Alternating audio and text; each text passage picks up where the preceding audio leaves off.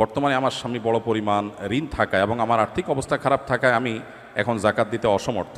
আমি যদি 3 থেকে 5 বছর পর স্বাবলম্বী হওয়ার পর জাকাত দেই, তাহলে এক্ষেত্রে বিলম্বে জাকাত প্রদানের ইসলামের বিধান কি? জাকাত ওয়াজিব আলাল ফওর ইসলামী ফিক অনুযায়ী যখন জাকাত আবশ্যক হয় তখনই দিতে হয়।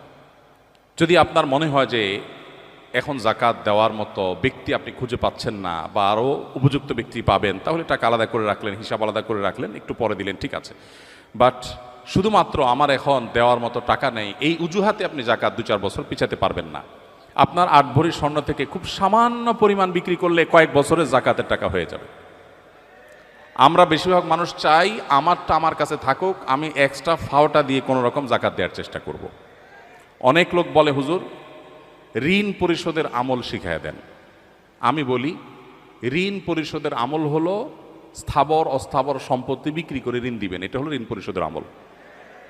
বলে না হুজুর সেটা না তো, আমি দোয়া চাইছি, দোয়া একটা দোয়া শিখাই দেন। তাই আমি বলছি আমি বুঝছি, আপনি চাচ্ছেন আমি এমন কোনো দোয়া শিখাই দিই যেই দোয়া পড়লে আসমান থেকে ধূপ করে একটা বস্তায় টাকা পড়ে যাবে, আপনি ঋণ দিয়ে দিবেন, আপনার স্থাবর অস্থাবর সম্পত্তিতে হাত দেওয়া লাগবে না। আপনি সেই দোয়া চাচ্ছেন।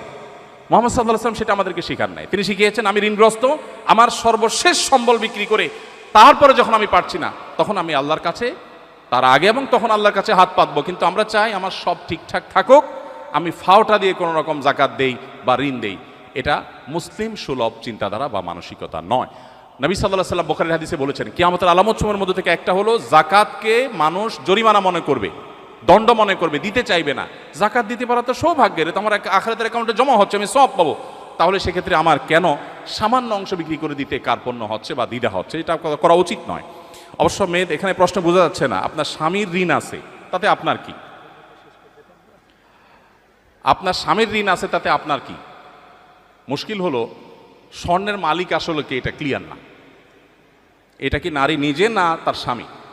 আমাদের দেশে এক্ষেত্রে একটা বড় বড় ধরনের গোজামিল আছে। স্বর্ণ দিয়ে দেওয়া হয় মেয়েকে যে তোমাকে দিলাম, মোহর হিসাবে দিলাম, ইত্যাদি ইত্যাদি। এরপরে যখন আবার তার ইটালির ভিসা চলে আসে তখন বলে স্বর্ণগুলো দাও, বিক্রি করে ইটালি যাব। কত স্বর্ণ হয়ে যাবে? স্বর্ণের মালিক যদি তিনি হন তাহলে আপনি কিভাবে চান? আপনি একটা দরখাস্ত লিখতে পারেন, বরাবর মাননীয় স্ত্রী বিষয় ঋণ মঞ্জুরের আবেদন, জনাবা যথাবিহিত সম্মান প্রদর্শন পূর্বক নিবেদন এই যে আমি অধম, ঋণগ্রস্ত, গরিব, আপনি আমাকে আপনার স্বর্ণ বিক্রি করে লোন হিসাবে দিলে আমি সেটা যথাসময়ে অমুক সময়ে পরিশোধ করিব, বাধ্য